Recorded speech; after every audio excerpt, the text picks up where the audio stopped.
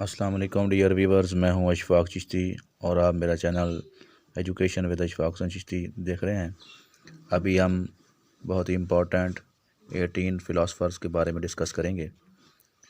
Lecture को तवज्जो के साथ सुनिएगा।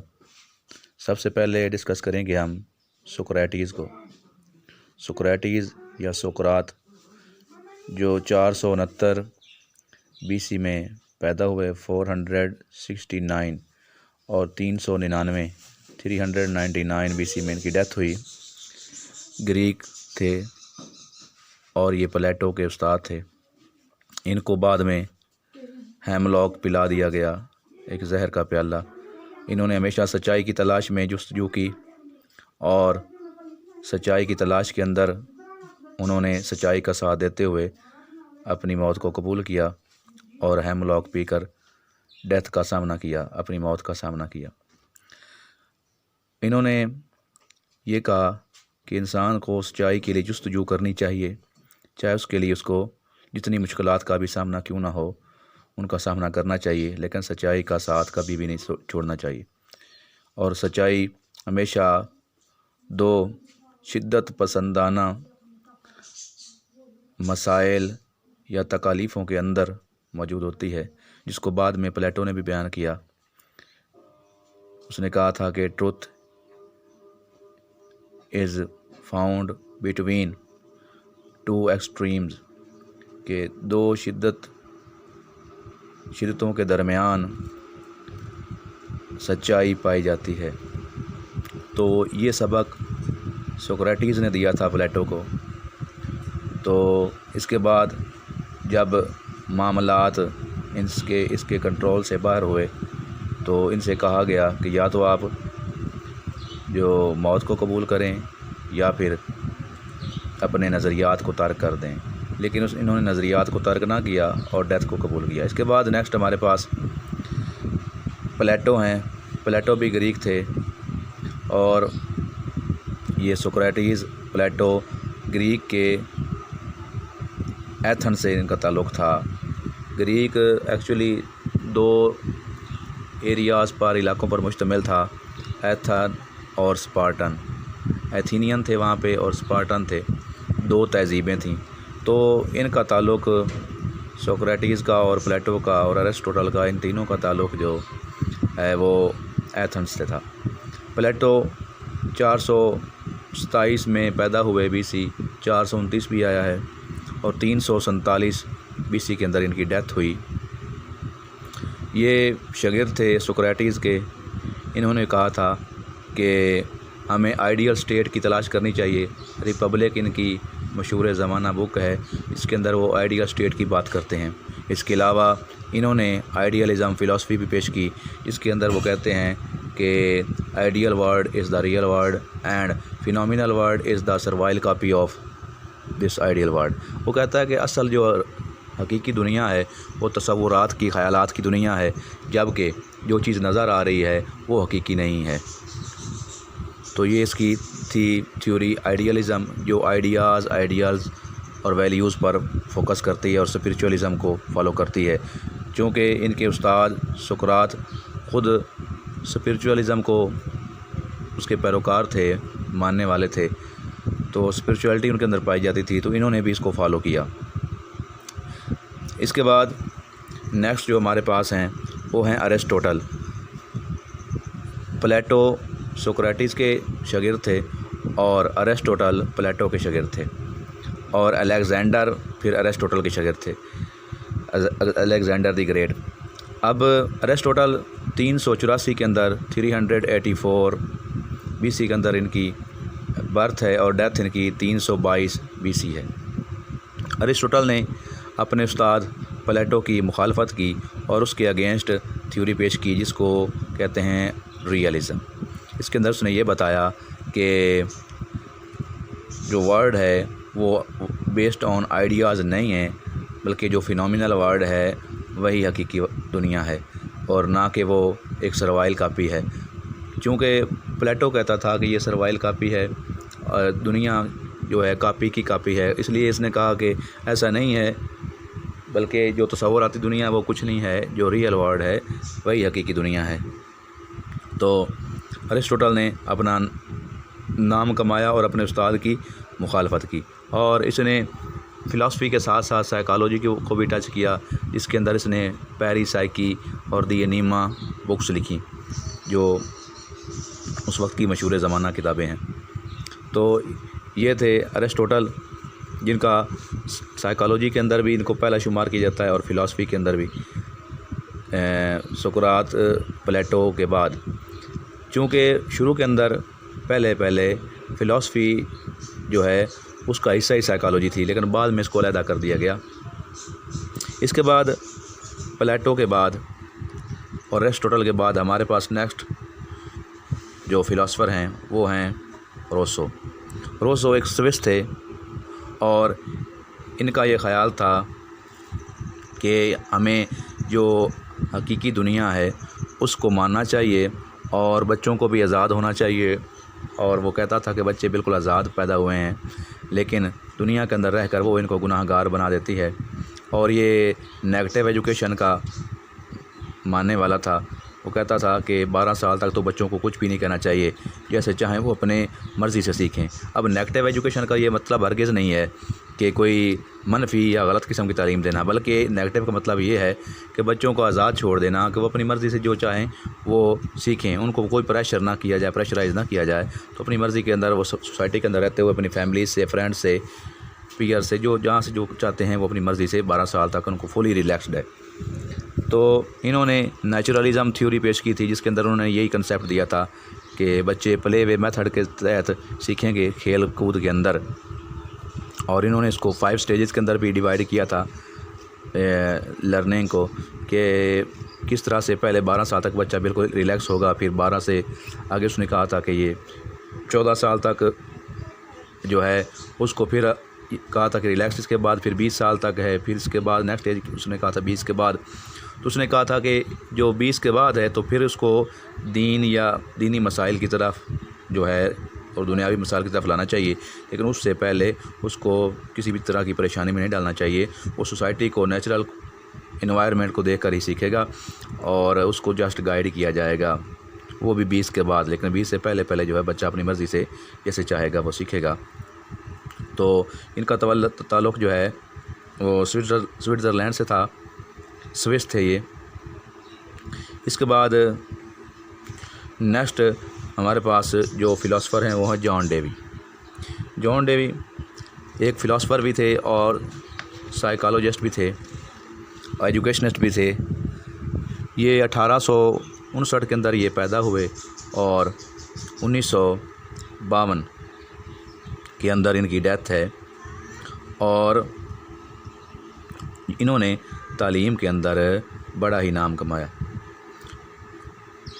और इनकी प्रैग्माटिज़म और प्रोग्रेसिविज़म थ्योरी बहुत ही मशहूर हैं। इन्होंने लर्निंग बाय डूइंग का मेथड भी दिया, प्रोजेक्ट मेथड भी इनकी काविश से इनके शागिर्द किलपैट्रिक ने और इन्होंने पेश किया।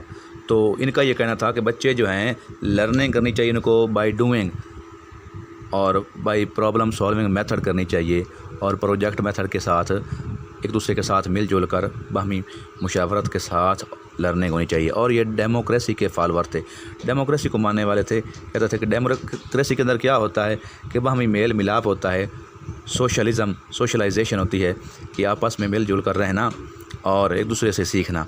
तो ये जॉन डेविस को मानते थे और कहते थे कि बच्चा इस तरह से ज़्यादा पिक करता है अगर उसको ये मौका फराहम किया जाए कि वो ख़ुद एक दूसरे के साथ मिलकर सीखे, बजाय इसके कि वो अलहदा सीखे। जैसे पियाजे कहता था कि बच्चे को, अगरचे वो भी कंस्ट्रक्टिविस्ट था, लेकिन वो ये कहता था कि बच्चा सीखे सही एक्टिविटी इस्तेमाल करके, लेकिन सीखे अलहदा।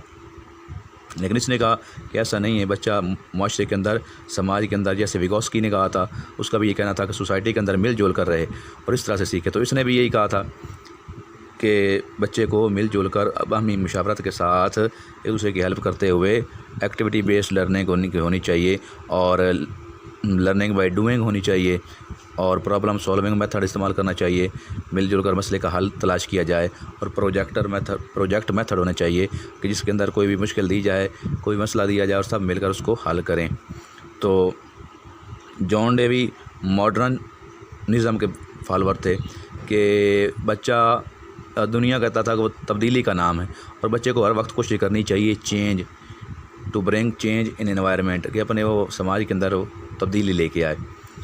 ये स्टेटिस्टिक चीज़ें जो हैं, स्टेटिक जो हैं चीज़ें, कहता उनको फॉलो नहीं करता था, जैसे वो पीरिनियलिज़म वाले करते थे, थ्योरी दे पेश करने वाले, या कि आइडियलिज़म वाले जैसे प्लेटो कहता था कि बस जो है वो ठीक है, इसी को फॉलो किया जाए, वैल्यूज़ जो हैं वो अनचेंजेबल हैं, एवर लास्टिंग हैं। तो ये कहता था कि ऐसा नहीं है, सब कुछ चेंजेबल है, word with the passage of time सब कुछ चेंज होता रहता है। तो ये थे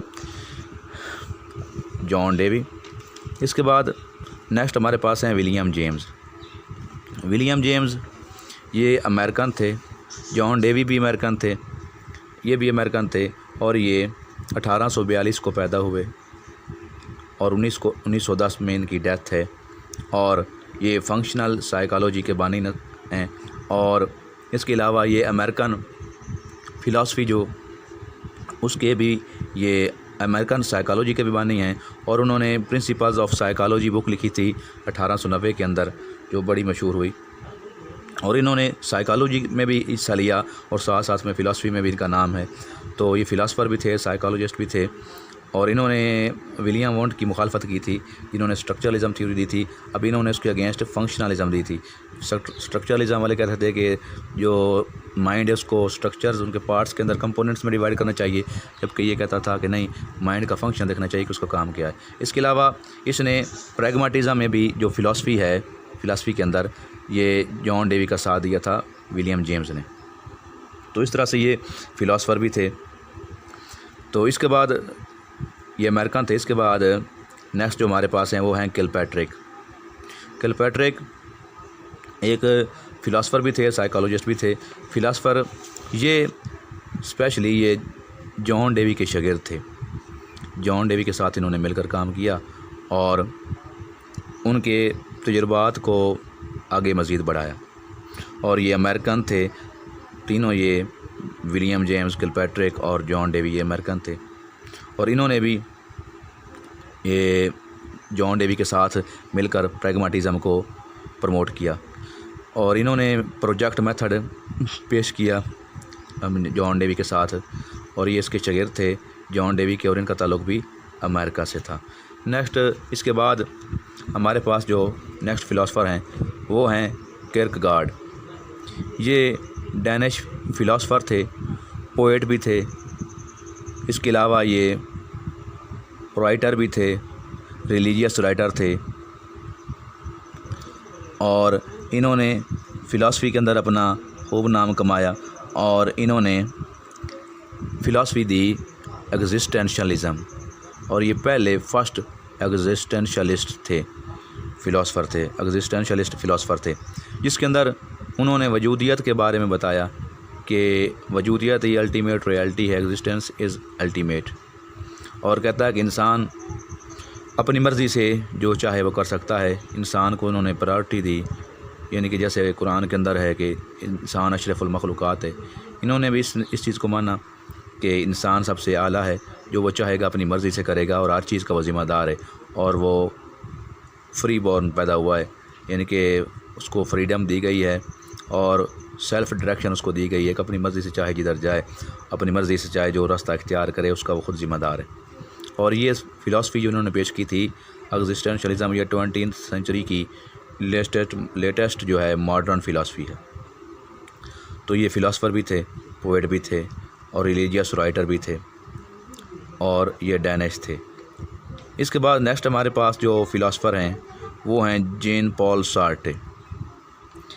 जीन पॉल सार्टे ये फ्रेंच फ़िलासफ़र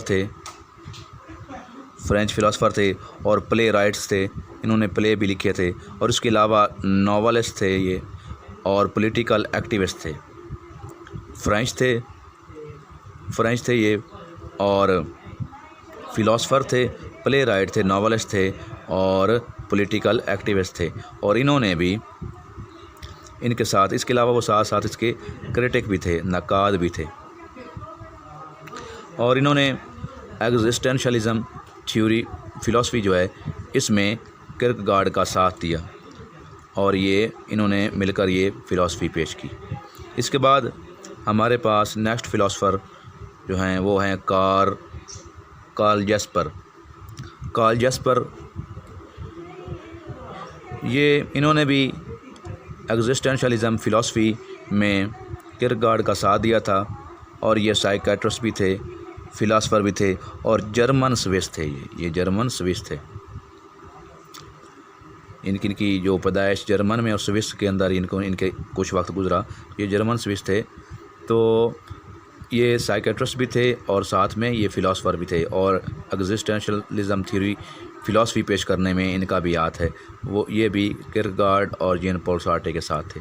इसके बाद नेक्स्ट हमारे पास जो फ़िलासफ़र हैं वो हैं मैरिटेन। ये भी एक ग्रेट फ़िलासफ़र थे और इन्होंने 60s के करीब 60 के करीब जो है किताबें भी लिखी और ये फ्रेंच थे, कैथोलिक थे।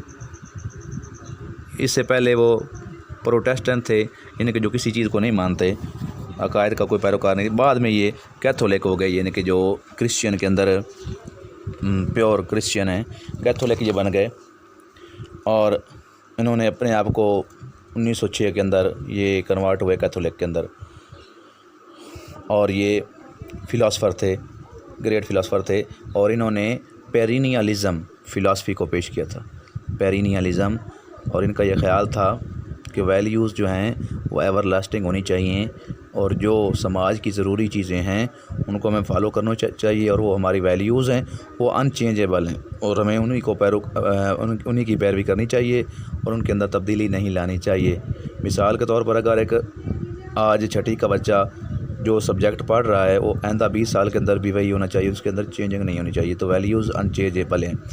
इसके अलावा वो स्पिरिचुअलिटी को मानता था और रैशनैलिटी को भी मानता था। थिंकिंग, मेमोरी, रीजनिंग, इस पर इन्होंने फोकस किया था। तो इसके बाद नेक्स्ट हमारे पास जो फ़िलासफ़र हैं वो हैं एडलर। इनकी अगर हम डीपली स्टडी करें तो ये फ्राइड के शागिर्द थे। फ्राइड के ये शागिर्द थे और इन्होंने भी साथ दिया था मैरिटेन का और पेरिनियलिज़म फ़िलासफ़ी पेश की थी। और ये मेडिकल डॉक्टर थे, साइकियाट्रिस्ट भी थे और फ्राइड के ये शागिर्द थे। और इसके अलावा इन्होंने इंडिविजुअल साइकोलॉजी भी पेश की थी। फ़िलासफ़ी के साथ साथ इन्होंने एक थ्योरी भी दी थी इंडिविजुअल साइकोलॉजी, जिसमें उन्होंने ये कहा कि हर फ़र्द अपने तमाम तर इख्तियारात का मालिक है और वो अपनी मर्ज़ी के साथ, कोशिश के साथ साथ वो गेन कर लेता है। और उन्होंने अपने उस्ताद फ्राइड से इख्तिलाफ़ भी किया था कि वो कहता था कि जो साइकोसेक्सुअल उन्होंने थ्योरी दी थी, इंसान का जो लिबिडो है, जो उनके अंदर की पावर है, अगर उसका इखराज हो तो वो कहता है कि वो इसके बाद वो होमोस्टेसिस फॉर्म में आ जाता है, होम्योस्टेसिस फॉर्म में। लेकिन इन्होंने कहा था ऐसा नहीं है। वो कहता कि इसके अलावा भी और भी चीज़ें हैं जिसको वो देखकर इंसान मोटिवेट होता है और वो इंसान की अपनी ख्वाहिशात हैं और अपने एम्स और गोल्स हैं जिनको वो फॉलो करेगा तो इस तरह से अपने मकसद तक पहुंच पाता है। अब ये एडलर थे। इसके बाद हमारे पास नेक्स्ट जो फ़िलासफ़र हैं वो हैं हचिंस एक अमेरिकन थे और ये एजुकेशनल एक्सपर्ट थे, यानी एजुकेटर थे, फ़िलासफ़र थे। और इसके अलावा ये प्रेसिडेंट भी रहे और ये चांसलर थे यूनिवर्सिटी ऑफ शिकागो के। मज़े की बात है, ये चांसलर थे यूनिवर्सिटी ऑफ शिकागो के और प्रेसिडेंट भी रहे और ये एजुकेशनल एक्सपर्ट थे, यानी एजुकेशनिस्ट थे और ये फ़िलासफ़र भी थे। और इन्होंने भी पेरिनियलिज़म फ़िलासफ़ी पेश करने में इनका साथ दिया मैरिटेन और एडलर का। इसके बाद नेक्स्ट हमारे पास जी, और ये नेक्स्ट इनकी वाइफ जो हैं उनका नाम मॉडी हचिंस था। मॉडी हचिंस जो कि एक नावलिस्ट थी, ये उनके शोहर थे। इसके बाद हमारे पास नेक्स्ट जो फ़िलासफ़र हैं वो हैं विलियम बैगले। इन्होंने फ़िलासफ़ी दी थी एसेंशियलिज़म और ये अमेरिकन एजुकेटर थे, एडिटर भी थे और इन्होंने पीएचडी की थी कॉर्नेल यूनिवर्सिटी से। इसके अलावा उन्होंने एज ए एलिमेंट्री टीचर भी पढ़ाया इसके बाद वो प्रोफेसर बन गए थे एजुकेशन के। पहले उन्होंने एज ए एलिमेंट्री टीचर पढ़ाया विलियम बैगले ने, और इसके बाद वो प्रोफेसर बन गए थे एजुकेशन सब्जेक्ट के अंदर, और वो PhD स्कॉलर थे कॉर्नेल यूनिवर्सिटी से, और इनका ताल्लुक़ अमेरिका से था। एजुकेटर थे और साथ में एडिटर भी थे और प्रोफेसर थे। इन्होंने एसेंशलिज्म दी थी और इन्होंने मुखालफत की थी प्रैग्मेटिज्म और प्रोग्रेसिविज़म की। वो ये कहते थे कि जो ज़रूरी चीज़ें हैं हमें उनका इल्म हासिल करना चाहिए, बेसिक स्किल्स जो हैं, कल्चर जो हैं, ट्रेडिशन जो हैं और डिसिप्लिन, इन पे फोकस करना चाहिए। एसेंशलिज्म से मुराद जो एसेंशियल ज़रूरी चीज़ें हैं उनका हमें इल्म होना चाहिए, जैसे हमारी वैल्यूज़ हैं और हमारी स्किल्स हैं, तो इनका हमें नॉलेज होना चाहिए। तो वो ये कहता था, और मेंटल डिसिप्लिन पे अपना फोकस होना चाहिए। तो इन्होंने ये एसेंशलिज्म फ़िलासफ़ी दी थी। इसके बाद जी हमारे पास नेक्स्ट जो हैं वो हैं ब्रैमल्ड, थियोडोर ब्रैमल्ड। ये फ़िलासफ़र हैं, इसके अलावा एजुकेटर भी थे, और इन्होंने फ़िलासफ़ी दी थी रिकन्स्ट्रक्टिविज़म 1928 के अंदर। 1928 में इन्होंने यह थ्योरी पेश की थी ब्रैमल्ड ने, रिकन्स्ट्रक्शनिज़म, और ये जॉन डेवी के अंडर इन्होंने जो है तरबियत पाई थी। और ये उनका जो प्रोग्रेसिविज़म की थ्योरी है और ये प्रोग्रेसिविज़म का और प्रैग्मेटिज़म का ग्रुप है, उससे ही मुतासिर थे अपने स्टूडेंट की एज में, और उन्होंने वहाँ पे काम किया। इसके बाद उन्होंने ये थ्योरी दी थी, इम्प्रेस्ड बाय जॉन डेवी हैं, थियोडोर ब्रैमल्ड। इसके बाद जी नेक्स्ट हमारे पास हैं जो फ़िलासफ़र, वो हैं counts, George Sylvester counts. George Sylvester counts ये 1899 के अंदर USA में पैदा हुए। 1899 के अंदर USA में पैदा हुए जॉर्ज सिल्वेस्टर काउंट्स, और ये प्रोपोनेंट थे सोशल रिकन्स्ट्रक्शनिज़म के, और ब्रैमल्ड के इन्होंने साथ दिया था ये थ्योरी पेश करने में। इसके अलावा ये एजुकेटर थे और साथ में एक्टिविस्ट थे, और इनका ये कहना था कि school should bring social change, school should bring about social change, इनके अंदर समाजी बदलाव आना चाहिए। तो जो रिकन्स्ट्रक्शनिज़म या रिकन्स्ट्रक्टिविज़म फ़िलासफ़ी है, इनका लुबे लुबाब या मरकज़ी पॉइंट जो है, थीम उसका यही है कि change must be the part of life, ज़िंदगी के अंदर बदलाव आना चाहिए और रीऑर्गेनाइजेशन आनी चाहिए। जैसा कि डेवी ने कहा था, जॉन डेवी ने कहा था कि रिकन्स्ट्रक्शंस ऑफ द एक्सपीरियंसेस है लाइफ, तो इन्होंने उसी पॉइंट को पिक किया था और उन्होंने यहाँ से रिकन्स्ट्रक्टिविज़म को जो है डेवलप किया था। तो डियर वंस, इसके बाद हमारे पास हैं ग्रेट फ़िलासफ़र और psychologist John Locke. John Locke, इनका ताल्लुक़ बरतानिया से था और ये एक बहुत बड़े फ़िलासफ़र थे, और इनका ये कहना था कि बच्चा बिल्कुल साफ़ स्लेट की मानद है।